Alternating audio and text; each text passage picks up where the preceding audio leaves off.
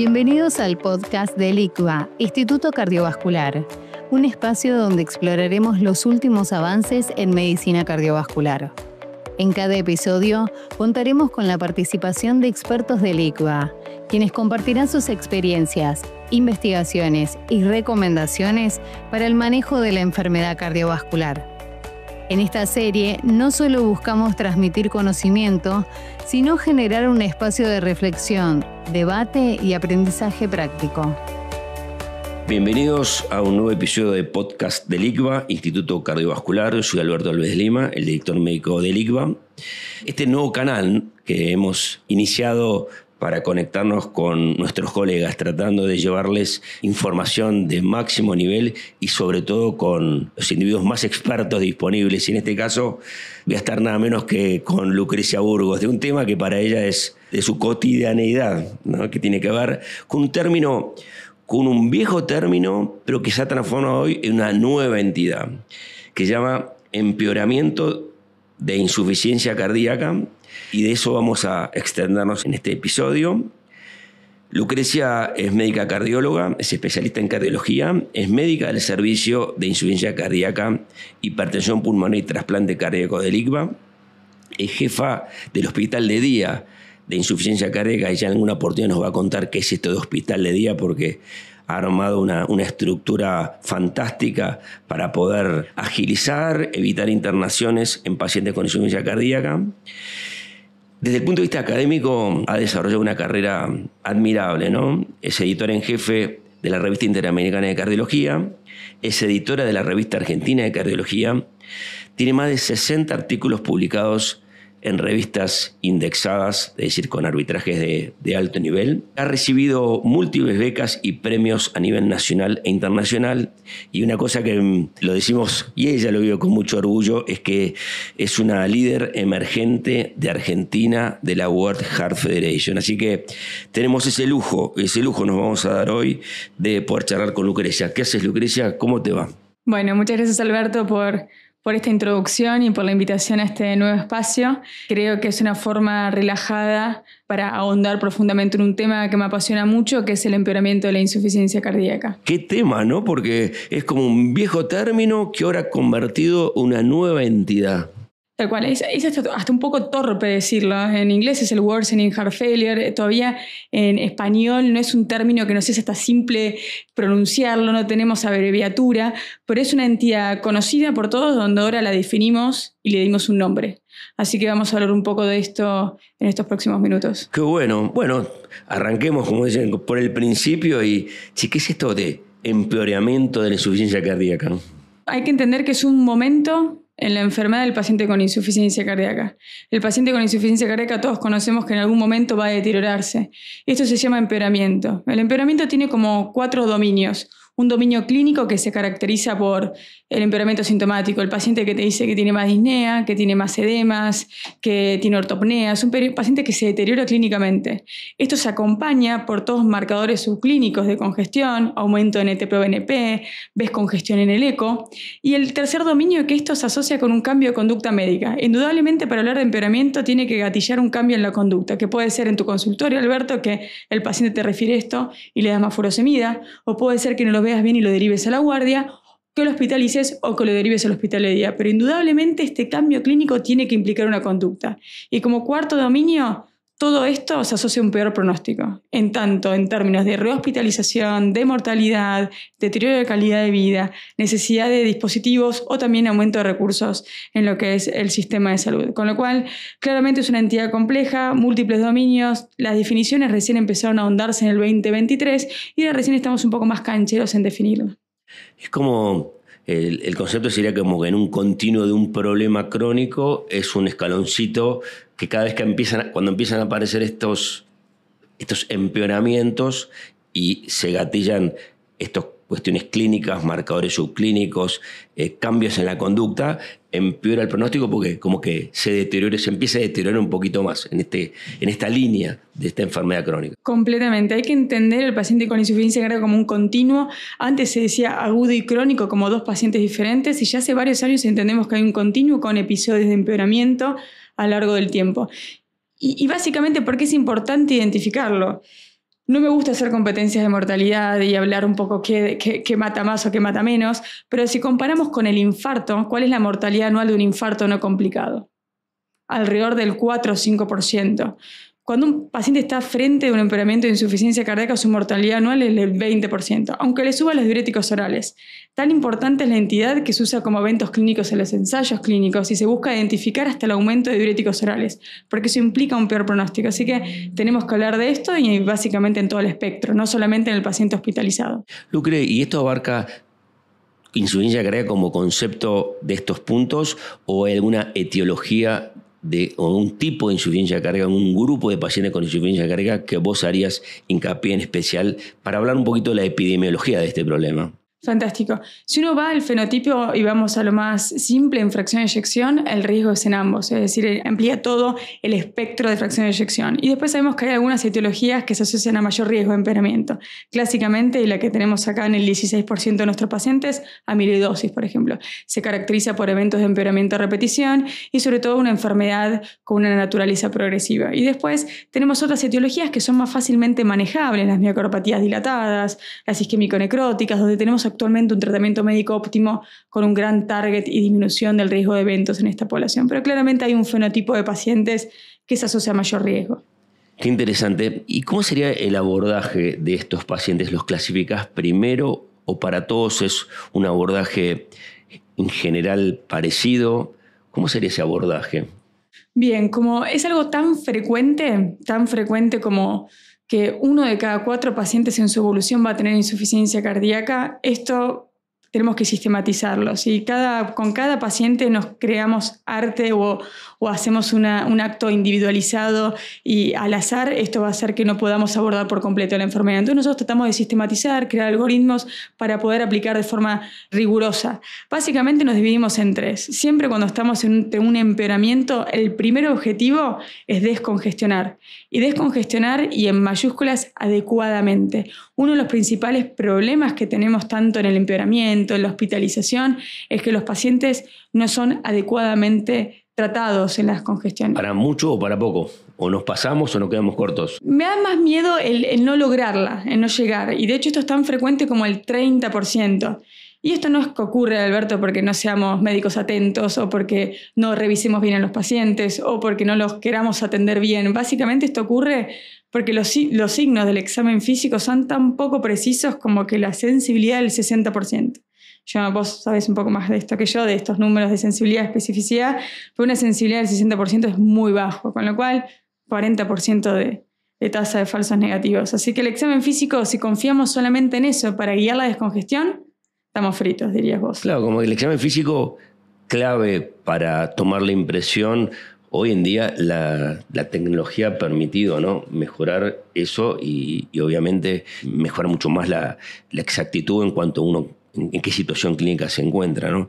Y yo en ese sentido te veo que utilizás herramientas, ¿no?, particulares como es el eco, en forma móvil, ¿no?, como que lo llevas encima y vas tomando registros de los pacientes para poder tener claro cuál es esa situación clínica que tienen.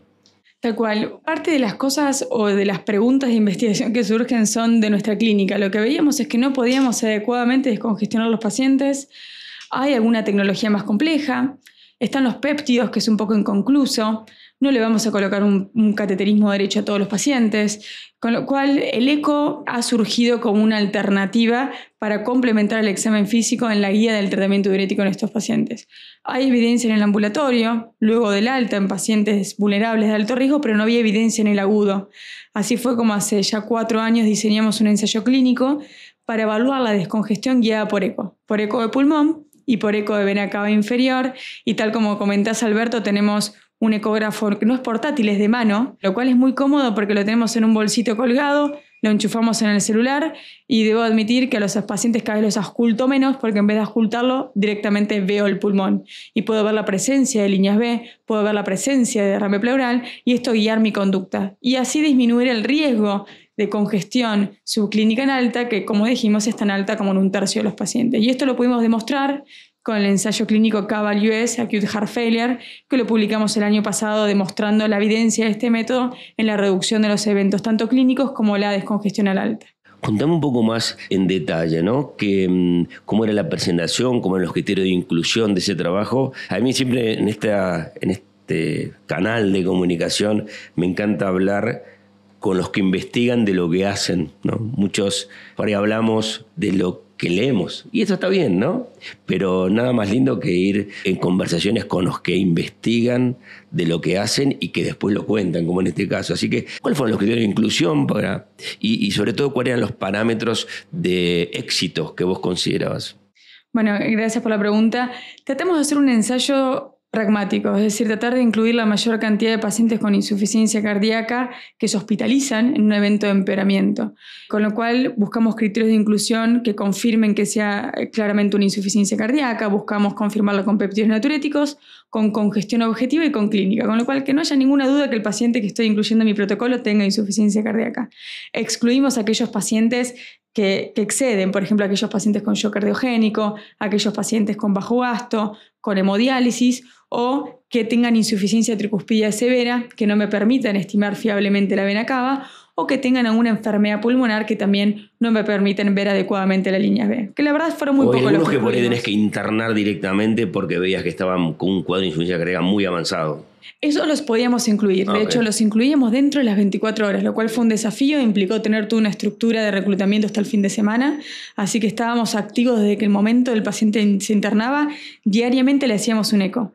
Para hacer el eco lo que hacíamos era, había un grupo de médicos entrenado por un taller, por un experto externo, que le hacía el eco, enviaba las imágenes por un correo electrónico específico a un Corelab externo que estaba conformado por médicos especialistas de ultrasonido del ICVA, donde mandaban un mail informando lo que encontraban en las imágenes. No sabía cómo estaba el paciente, ni quién era, ni cómo estaba, así que era nada más objetivo que informar esas imágenes. Viste que a los médicos de imágenes les gusta ver cómo está el paciente para informar, acá no podían. Y luego esos resultados se lo daban al médico tratante si estaba en la rama activa.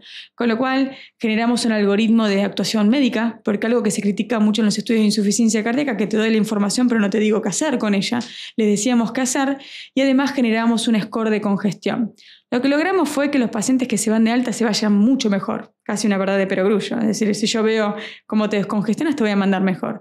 Por eso no aumentó los días de internación, eso no empeoró la función renal, y además los que se iban mejor disminuía el riesgo de eventos, de un 13% a un 36% a 90 días. Así que hemos podido disminuir el clásico número del 30% a 90 días a un 13%. Cuando hablas de eventos, ¿a qué te referís? Rehospitalización por insuficiencia cardíaca, visita a la guardia por diuréticos o muerte. Que el clásico número es 30% a 3 meses. Nosotros lo hemos podido bajar a 13%. Y en la rama control fue un 36%, que es lo que muestra la literatura, que es básicamente 1 de cada 3 pacientes se vuelve a internar o fallece a los 90 días. ¿Cómo ves esto? Porque entiendo que la magnitud o la potencia del estudio no podía hablar de mortalidad. No sé si es el caso, pero ¿cuál es tu opinión con respecto a eso? Yo creo que con el N de pacientes que teníamos no podíamos evidenciarla, y fisiopatológicamente lo que busca este estudio es disminuir readmisiones y hacer internaciones eficientes, con lo cual si daba mortalidad me imaginaba que era un error estadístico, así que agradezco que no me haya dado. Claro, porque acá de alguna manera uno busca esto de reducir el riesgo, ¿no? Pero claro, estamos frente entonces a un hecho concreto, ¿no? El famoso, ahora el reaparecido concepto importante concepto de lo que es el empeoramiento de la insuficiencia cardíaca y su tratamiento, y fantástico esto que me estás contando de estos resultados. Che, y antes de esa consulta por empeoramiento, ¿hay algún esquema que hayan desarrollado en cuanto al abordaje a través de alguna tecnología de que el paciente pueda dar información y que sea evaluada antes para que no tenga que llegar a un nivel de concepto de empeoramiento y poder incluirse en tu protocolo? Bueno, esa pregunta es excelente y creo que toda la energía y esfuerzo que estamos realizando nosotros y a nivel mundial es tratar de llegar a esa ventana, que es la ventana de prevención. Que nosotros, si podríamos hacer algo en ese momento, que es el momento en el cual el paciente empieza a presentar un pequeño cambio, nosotros podríamos evitar un montón de internaciones. Obviamente algunos países que la tienen más fáciles tienen alguna tecnología como el CardioMEMS, que es un dispositivo que se encuentra en la arteria pulmonar que permite medir las presiones y tendencias y reducir hospitalizaciones. Pero esto no es algo escalable, es algo lejos que nosotros todavía no podemos acceder, con lo cual nosotros siempre acá en Argentina lo que hacemos es tratar de ver con lo que tenemos la forma de estar más cerca de los pacientes. Una de las formas es siempre estar accesible. Si vos no podés ver la ventana de prevención o si vos no podés estar accesible cuando el paciente empeora, el paciente va a consultar cuando está a la guardia. Y eso es lo que nosotros decimos un método tradicional o reactivo. Estamos siempre atrás de los eventos. Si nosotros tenemos que estar antes, tenemos que tener un método accesible. Y la forma de estar accesible son dos. Un hospital de día, es decir, que tenga la apertura de poder recibir al paciente cuando empiece a sentirse mal, o la otra mediante telemonitoreo, lo que sería monitoreo remoto del paciente. Nosotros en pandemia, un poco por necesidad, todo lo que hacemos surge nos obliga a nuestros pacientes a responder sus necesidades. Diseñamos una aplicación móvil en la cual el paciente de una forma súper intuitiva, Alberto, son 4 botones, una de cómo se siente, una cuáles son sus valores, uno para un chat de forma sincrónica. Y eso está accesible, lo bajan de Apple Store o de algún sistema de Android. Bien, actualmente hay diferentes formas de acceder a nuestra plataforma de telemonitoreo. Una, estamos realizando como siempre un trabajo de investigación para todos los pacientes que se internan. Llevamos más de 100 pacientes que han participado y espero poder presentar los resultados para fin de año. Después, una forma de acceder es pacientes que se van de alta en nuestra institución, pueden acceder al telemonitoreo que no cumplen los criterios del protocolo de investigación y actualmente ya tenemos pacientes en ambulatorio. Diariamente cargan sus parámetros y nosotros visualizamos mediante un panel de control cuáles son los signos vitales, cómo es que se sienten y nos contactamos con cada paciente. Y nos permite detectar cuando ya el paciente se empieza a sentir un poco mal, tampoco tanto para ir a la guardia, y nos permite estar accesibles y citarlos al hospital de día e intervenir precozmente. ¿Qué te informa el paciente en esa aplicación y quién mira eso? Bien, algo que nos enseñó el estudio piloto que hicimos ya hace 3 años es que tiene que ser simple, porque si no el paciente baja la adherencia, con lo cual hicimos un diseño de 3 caritas que capaz las reconozcas por internación, es una forma de que el paciente pueda decir simplemente cómo está, cara verde, amarilla o roja. Cuando coloca amarilla o roja se abre como un glosario de preguntas de cuál es el motivo por el cual no está bien. Hacemos preguntas duras, te falta el aire, te duele el pecho, tenés palpitaciones u otros motivos. Y después tenemos los valores. A los pacientes les damos un saturómetro, una balanza y un tensiómetro y carga todos estos parámetros. Lo ideal y nuestro siguiente paso es que todos esos parámetros se puedan integrar con la aplicación y transmita por Bluetooth. Por ahora, que estamos en crecimientos de forma manual, ¿sí? Pero el siguiente paso va a ser que todo esté integrado y va a ser muy simple para los pacientes y sobre todo para generar una adherencia a lo largo del tiempo, que es la clave del éxito. Y tenés a alguien que 7/24 está mirando eso, le aparece una alerta a alguien. Tal cual, tenemos un panel en el cual nosotros generamos nuestras propias alertas. Hemos generado un algoritmo de alertas predeterminadas que a partir de ciertos parámetros son alertas amarillas, alertas rojas, y ahí nosotros nos contactamos con el paciente. Cuando son algunas dudas nos contactamos por el chat. En el chat es una forma muy simple de contactar al paciente. Muchas veces tienen otras dolencias diferentes a la insuficiencia cardíaca y necesitan contactarse con un médico y estamos disponibles.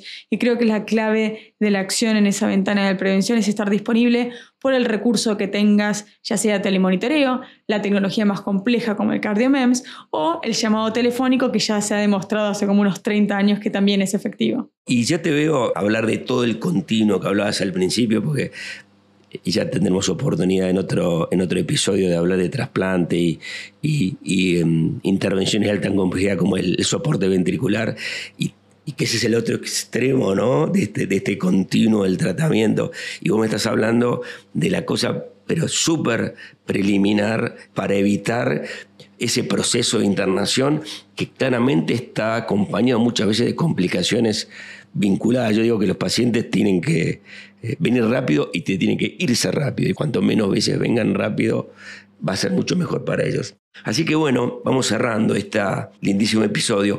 Contanos, si te parece, un resumen final de este concepto de empeoramiento. Hablamos de lo que es la prevención en casa a través de monitoreo remoto, pero hablamos del abordaje a través de metodología ya dentro de la institución para resolver, hacer diagnóstico rápido y tomar decisiones concretas, como decías, ya tener un plan de acción para evitar finalmente el empeoramiento del problema. Contanos, hacernos un resumen y bueno, y vamos cerrando. Fantástico. Para resumir, siempre hay que tratar y prevenir. Tratar, descongestionar de forma efectiva, diuréticos, optimizar el tratamiento al máximo dirigido por las guías, que me imagino que tendremos otra sesión para poder ahondar en más profundidad este tema. Y lo más importante es prevenir estos nuevos eventos con la tecnología que contamos. Lo más importante es un seguimiento estrecho, hospitalería, consultorios, con la organización de cada unidad que cuente, y lo más importante es poder actuar en las ventanas de prevención, en la cual podemos detectar este empeoramiento por métodos más sofisticados o métodos más simples como estamos desarrollando con monitoreo remoto no invasivo como el telemonitoreo. Bueno, así Lucrecia, como siempre, una genia y con su simpleza tradicional de transmitir ideas complejas en un discurso simple, entendible para todos. Gracias, Lucrecia. Muchas gracias. Gracias por acompañarnos durante esta edición. No olviden suscribirse a nuestro canal. Los esperamos en el próximo episodio.